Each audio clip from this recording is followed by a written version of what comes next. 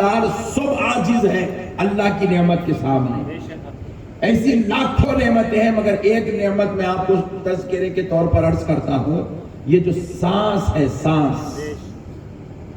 لوگ اپنا گردہ کسی کو دے سکتے ہیں، دل دے سکتے ہیں، آنکھ دے سکتے ہیں، خون دے سکتے ہیں، لیکن باپ بھی چاہا تو اپنے بیٹے کو ایک سانس نہیں دے سکتا، اور بیٹا چاہا تو اپنے باپ کو ایک سانس ادا نہیں کر سکتا، کیونکہ یہ سانس اللہ کی ایک ایسی لاکھ قیمت نعمت ہے. ایک مرتبہ رک گئی 150 کلو کا آدمی جگہ پہ سے ہل جاتا نہیں. چتوڑ گڑھ میں نہیں ہلتا کیا؟ پھر ایسا گھور کے دیکھ رہے میں کو ڈر ہو رہا. آدمی اگر یہ سانس رک گئی، اگر 10 ملکوں کا بھی صدر ہوگا تو وہ ڈھیر ہو جائے گا، اس کی اوقات ختم ہو جائے گی. جب تک یہ سانس چل رہی ہے آدمی حیات میں ہے، ہر عضو اس کا کارآمد ہے. جیسے یہ سانس نکل جائے آدمی 2 دن بھی اب گھر والوں کے ساتھ میں رہنے کے لائق نہیں رہتا. اللہ نے ایسی لاکھ قیمت نعمت انسان کو دی، پوری کائنات بھی اگر انسان بیچ دے تو بدلے میں ایک سانس نہیں خرید سکتا. ویسی نعمت دینے کے بعد بھی اللہ نے نہیں کہا بندو میں تمہیں سانس دے کے تم پہ احسان کر رہا ہوں.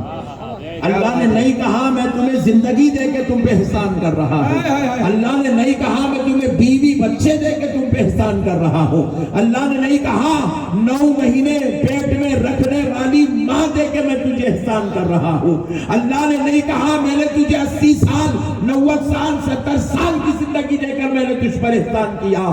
اللہ کی قسم اللہ نے کروڑوں نعمتیں دی، مگر کہیں بھی اللہ نے احسان کی بات نہیں کی. مگر جب بات آمنہ کے لال کی آتی ہے، جب بات پیارے مصطفیٰ کی آتی ہے، جب بات فاطمۃ الزہرا کے بابا کی آتی ہے، جب بات حسنین کے نانا کی آتی ہے، تو رب فرماتا ہے میرے بندو، اے ایمان والو، میں نے تمہیں مصطفیٰ کو دے کر تم پر احسان کر دیا. کیا بات ہے، سبحان اللہ. نعرہ تکبیر، نعرہ رسالت، جشن عید میلاد النبی. سبحان اللہ. اللہ اللہ قربان جاؤ. رب رب ہو کے بول رہا، میں احسان کر رہا بول رہا، بندوں کو بول رہا میں یہ نعمت دے کے تمہارے پر احسان کیا، میرا حبیب دے دیا تمہارے. دیکھو اس کے احسان جتانے کی 2 وجہ ہیں، مفسرین نے جو لکھا ہے 2 وجہ ہیں. پہلی وجہ سن لو، اللہ احسان کیوں جتلایا؟ جب سب نعمتیں دیا، کہیں بھی احسان کی بات نہیں کیا، لیکن جب پیارے مصطفیٰ کو مبعوث کیا، ہمارے درمیان بھیجا، 12 ربیع الاول کو حضرت آمنہ کے گھر آپ کی ولادت ہوئی، تو رب کہہ رہا ہے کہ میں نے تم پر احسان کیا. ہم نے پوچھا اے اللہ تو نے یہ احسان کیوں کیا؟ تو کہا بندو ذرا غور تو کرو.